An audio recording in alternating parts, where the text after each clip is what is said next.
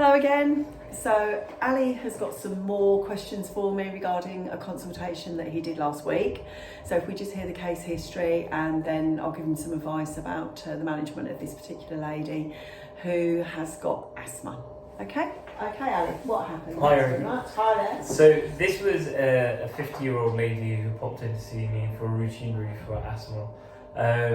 And you could hear the audible wheeze anyway while she was walking through the door. So I got a little bit worried. I was like, oh, is she really unwell? Is she not unwell? Though she was very helpful in terms of the information that she gave. So she shared with me in November she had a really bad chest infection but didn't get any help. So she's an asthmatic patient, takes Foster normally 2 puffs twice a day or 1 puff up to twice a day just to manage her asthma. And asthma is generally well controlled. She doesn't smoke, not exposed to smoking, and so she had this really bad chest infection that lasted 3 to 4 weeks but didn't get any help.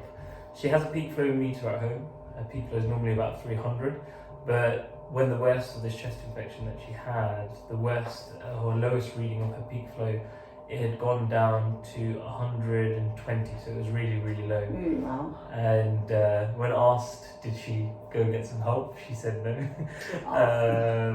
And upon further questioning why she didn't get any help, she was just saying it was Christmas time, she didn't want to be without her family, get stuck, wait in hospital.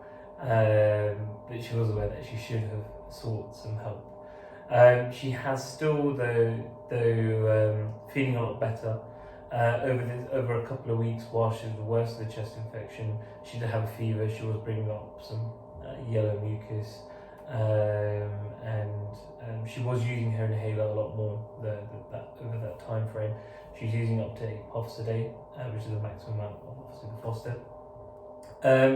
But she had come in, but she still had a bit of this wheeze as well as a cough. But she'd been taking her peak flow readings at home, which had, thankfully for me, had gone back up to about 280 to 290. So a couple of days before she came to see me, her last reading was about 280, 290. So we're getting back to what her normal range was, but she was still sort of really, really obviously unwell when she came in. Did her SATs and all the other head to toe sort of checks. She was feeling okay. Had a quick listen to her back and her chest, and could hear that there was still a little bit of a wheeze on when she was breathing out. So found this case really interesting because I was at a point where obviously she had an infection now. It'd been maybe about 6 weeks, possibly 8 weeks ago, sort of around that time frame, but still recovering from it and still feeling quite bad as well from it as well. So I thought this case would be really interesting to sort of discuss. Yes. Because what I did give her a course of prednisolone just to cover her, because she still had obviously some asthma symptoms present with the audible wheeze, the nighttime symptoms as well, a little bit of asthma.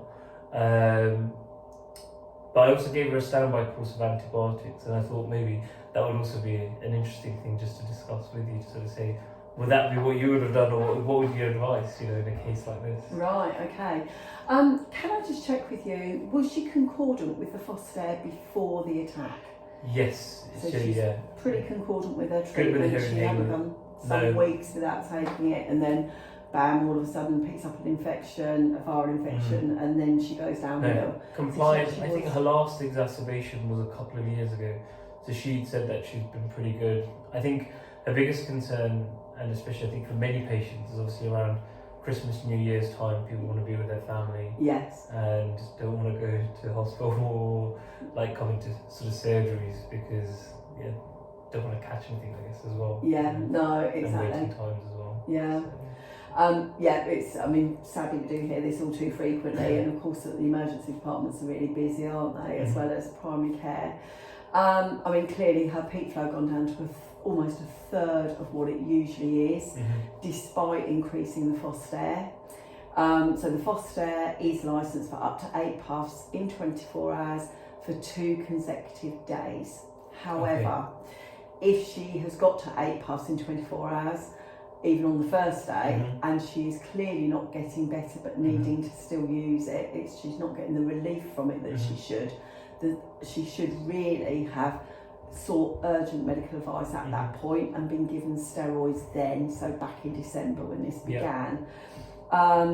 However, she didn't, so she's very lucky she didn't continue to deteriorate. I can only imagine it's because she'd got enough Foster that she was able to continue using large doses of it, that she had some anti-inflammatory effect from that.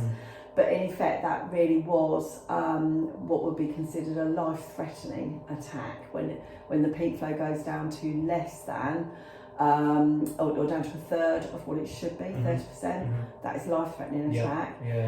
Similarly, if her pulse rate was above 120, that would also constitute a serious attack, life-threatening attack. And obviously we didn't know what her saturations were, but it sounds as though she really was quite poorly, so I'm sure her saturations would have been on the way down as well. So had they been measured and they were less than 94%, that is also constitutes a life-threatening attack. So on any one of those parameters, she should have started steroids then. And in the event that someone starts oral steroids for an acute attack, they should be followed up according to the British Thoracic Society guidelines. It may well be different where you are in the world, where you have different guidelines, but certainly in the United Kingdom, there is an expectation that a patient would be followed up within 48 hours of starting steroids to check that they've responded to treatment. I would say, even though it was 6 weeks later, this lady still had got nighttime symptoms of asthma. She was still needing the Foster more than her normal 1 puff twice a day. I think you're absolutely right to give her oral steroids. You said you listened to the chest, you couldn't hear any particular crackles, you could hear wheezing, expiratory wheeze, is that right? Yes, that's it. Was she apyrexial, didn't have a temperature? She didn't have a temperature then. She was saying that she's not sure if she possibly has another infection coming on, because she's sort of feeling a little bit similar to the same way she felt before. Right. But not apyrexial, no temperature, so there wasn't anything cool. She wasn't having a productive cough as well at the moment, so she was just a little bit worried, I think, going through that experience then, that at a later stage, obviously, if she does develop a bit of a chest infection, then to have... I think you were right to give antibiotics, quite possibly. It's 6 weeks on now. What we don't want is her developing pneumonia. And if she started to feel the way she did before, sort of like lethargic, feeling unwell, feeling feverish, yes, definitely give antibiotics. The alternative way of managing it, I mean, definitely steroids. 40 milligrams a day for 5 days is the minimum that we give for acute exacerbative symptoms. Obviously in her case it's not acute, this is 6 weeks on, but still this is all rumbling on, so you're absolutely right to give the 40 milligrams a day for 5 days. I may well have given standby antibiotics to hold in reserve, that if the steroids didn't work, she had got those to take when she developed a temperature. Sounds like this lady had got her own thermometer at home as well. Did you say that she checked her temperature she's got at home? So she'd given the advice of her temperature when it started creeping up, it's 37.5 Celsius or above. Start antibiotics as well simultaneously. But the key thing is, with any asthmatic episode, is not actually the antibiotics, it is the steroids that makes the difference. So absolutely I would have managed it in that way, same as you. Follow up 48 hours later, as I said. Get her to continue doing her peak flows to ensure that the peak flows don't start going back down again. With regard to continuing the inhaler, the Foster, absolutely all patients should continue their preventer inhaler, whichever one they're on. So in this lady's case, she's on Foster. That should still be continued once, 1 puff twice a day, plus as needed. So maintenance and reliever therapy, and throughout the duration of the steroid course. And then obviously, should eventually, hopefully at the end of the 5-day course, she should be back to normal, and in actual fact should be back to her 1 puff twice a day, and that should be controlling the asthma symptoms, so she shouldn't have residual cough, wheeze, chest tightness and breathlessness. If that's the case, I would probably go for a chest x-ray at that point as well. You say she's a never smoker and isn't a passive smoker. So I would hold off the chest x-ray and just see if the steroids work. Because in honesty, 9 times out of 10, it's the steroids that people need. really high dose, so it's a way bigger dose than anything inhaled that she was having. That should actually sort the asthma symptoms out. Was there anything else you wanted to ask around that, Ali? No, that was really helpful. I think sometimes when you get patients come in who are very complex, and starting out, obviously, just prescribing different medicines, you just want to make sure, got it right. But no, it was really helpful. Right, fantastic. The other thing just to note is with asthma history predicts the future in patients. So in other words, this lady had an exacerbation last year. So she's already had an exacerbation requiring steroids. Now she's presented again. Sadly didn't have the steroids when they were needed, but has come in now and is going to get the steroids. It would be a good idea for her to be counselled and advised about holding standby steroids in the future and having them at home with an asthma management plan. What the plan should say is, in this lady's case, she's on Foster. If she's requiring 8 puffs of steroid, 8 puffs of Foster to control her asthma and she's still not getting the relief and not getting any better, that's when the steroids should be taken. It doesn't matter whether that is at midnight or first thing in the morning. If she's had 8 puffs in a 24-hour period and is not getting better, that's when they should be started. So say, for example, she takes them at, as an example, 10 o'clock in the evening. She's had 8 puffs of Foster over the day, taken the steroids at 10 at night. Her next steroid dose is not 24 hours later, it's the following morning, which may be 8 or 10 hours later.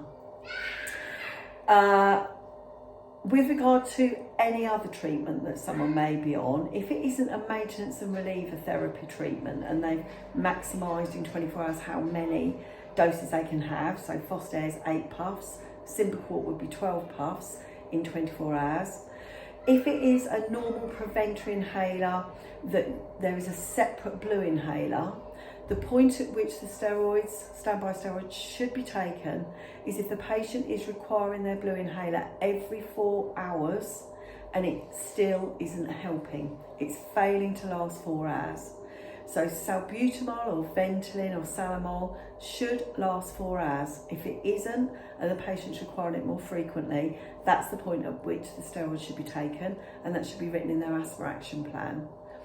The other point is if someone just has acute onset of symptoms of asthma and they really are very quickly breathless, they're really tight chested, finding it hard to breathe, and they've taken simultaneous doses of salbutamol and it really isn't helping, Ventolin or Salamol, the blue inhaler, then the steroid tablets are there and should be taken at that point. That may be as a result, for example, exposure to, some chemicals, dust, fumes, vapours, anything like that that upsets the patient, that they're sensitised to or allergic to. After removal of themselves from that particular trigger, if they don't settle down, if their breathing doesn't get better quite rapidly, then they should start the steroids then. Okay, does that help? Yeah, really helped loads. Excellent. Okay, thanks very much for your attention. I hope that helps you. Please leave any comments on my YouTube channel, and I'll aim to answer any queries that you have. Thanks very much.